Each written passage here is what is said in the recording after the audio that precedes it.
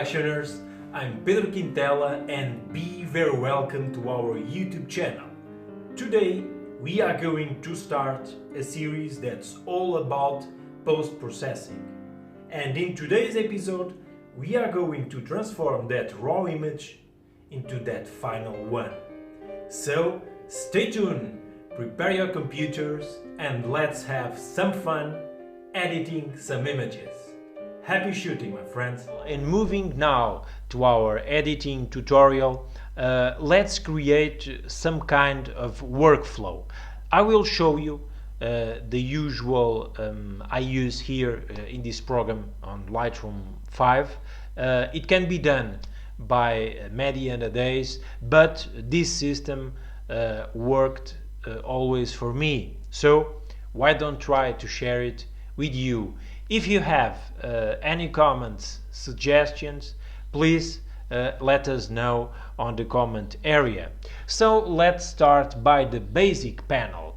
Here, what attracted my eye here on this image was the transition between the sun on the background, that fantastic cloud formation over the mountain area, and this beautiful foreground portion of land where we have this crispy green grass and also this lovely shadow here over the tree, the fig tree. I shot this image trying to make an overall and even exposure, and I did it because I know that by editing these raw files we can get the most out of it and can create the look and feel that we all want to our images. We want our landscape to pop, to have our personal trademark, and that's what we are going to try today. So here we are going to open a little bit the shadows. I usually tend to open it more if they are, of course, much more darker.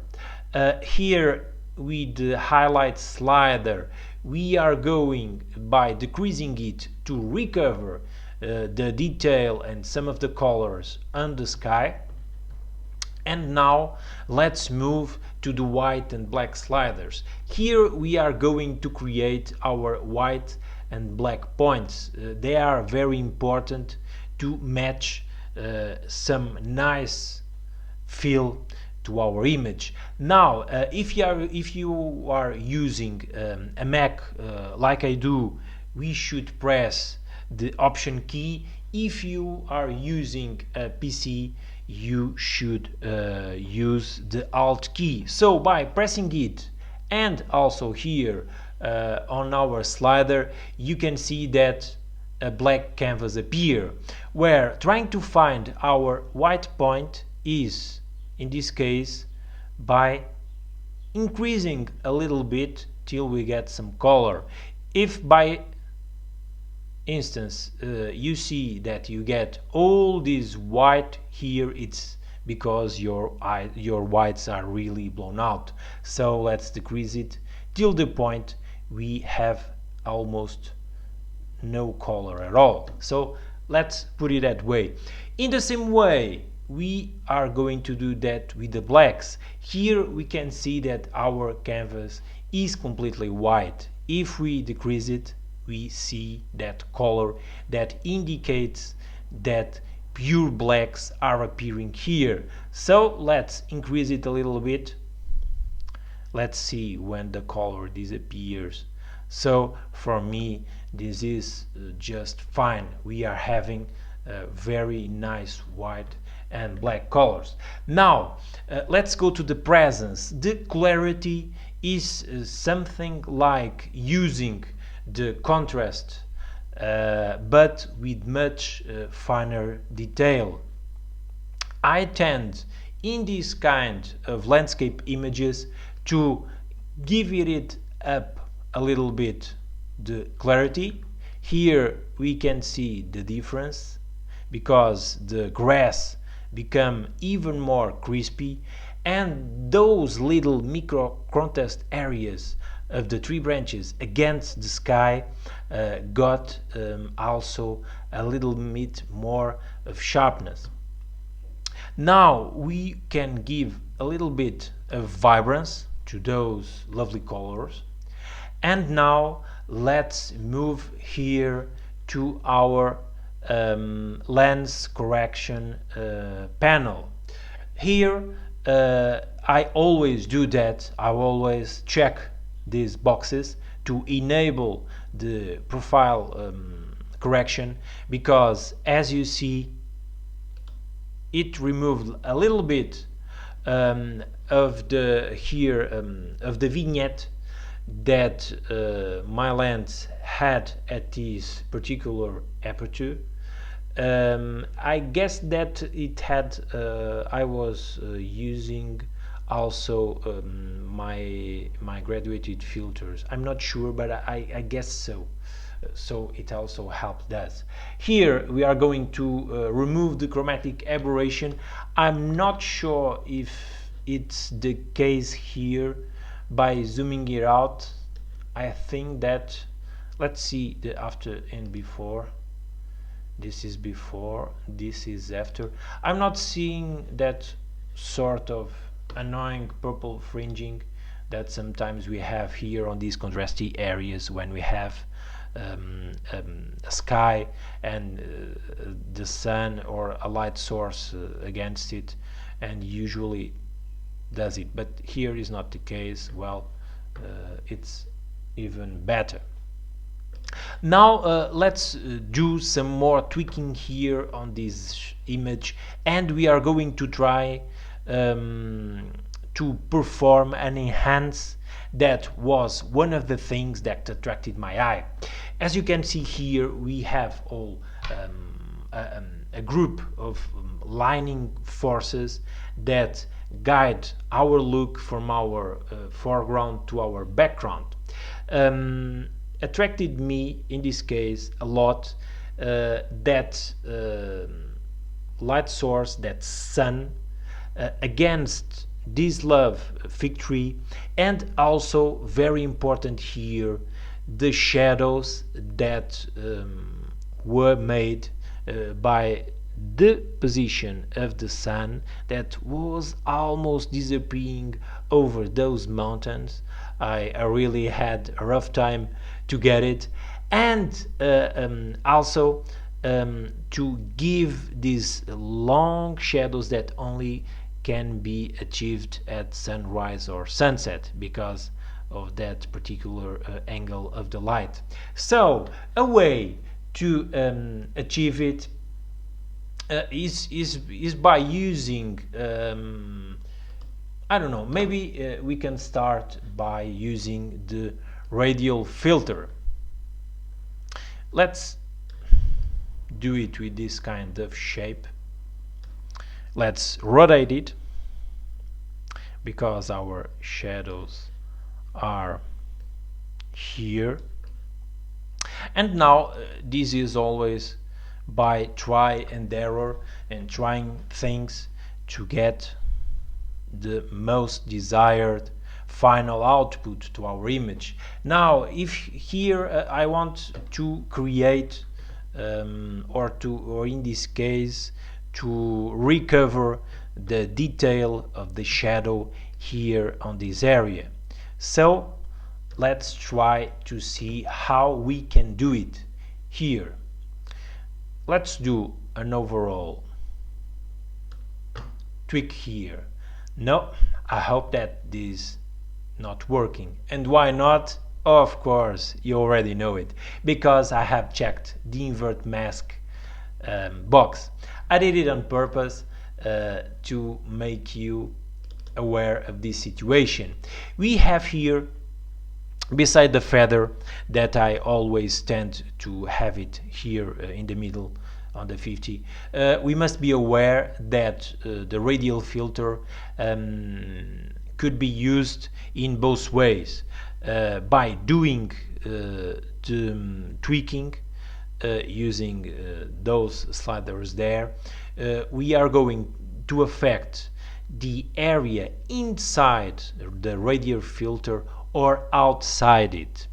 Here we want to enhance, to give to our leading subject of this image, that for me is the tree, the sun, and the shadow here on this area, on almost this triangle here.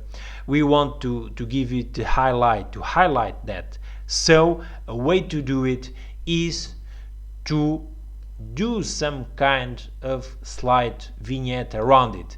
As you see, by using the exposure, it darkens too much the area around. So personally, in this case, I try to reduce the shadows to make a more pleasant look to our eyes. Also the highlights a little bit, maybe a little less, create a little bit of contrast here, and we can try to warm a little bit as well the area below. So here we can see the before and after. As you see, we are having a much more pleasant situation, but it helped a lot, but does not do all we want. So let's grab a radial filter, please forgive me, a graduated filter, and now here we can reduce a little bit our exposure, not that much, of course, maybe this, let's move it, and make a gradual transition on this entire space between the very near foreground and the area towards the tree, so we can increase the power of those lovely shadows. Now we can do another graduated filter as well. Let's do it by 0. Reduce a little bit the highlights and the shadows to make like some sort of natural vignette. Now here we can try as well, not so powerful, but just to reduce a little bit the shadows, and the same here on this side, not so much, perhaps like this. Well, that's a way by doing that. Well, as you see here, we lost some detail here on this area. It's clipping the blacks, so now we can increase it a little bit and recover that detail over there, perhaps a little bit. It can be also done by the shadows, but we won't want that perhaps. Now we can move here to the split toning. We see here that we have a balance between the highlights and the shadows, and what we want to do here is to tone a little bit our transition areas. So let's try to see what I'm talking about. As you see here, we have a slide that's about the saturation, and here we have the transition between colors. I like this sort of mood here, this feel. As always, we can see the after and the before in this case. It's a very slight toning color, but I like it because it gives us a more warmer look to our scene here on the foreground. And for me, here we are done.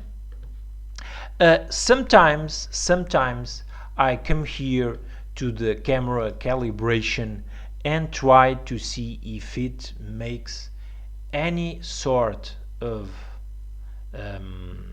changing here that is pleasing to the eye.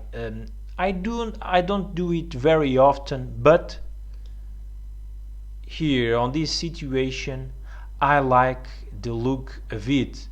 Mainly it brighten a little bit our sky, giving a more intense look, and I think that it fits our purpose very much. Finally, we can also go and sharpen a little bit. I don't know, maybe around 70. And now let's mask. I personally want to make this area here a little bit more sharper. So again, like I told you before, let's press our Option or Alt key if you're using a PC here and mask it out. So here is the result.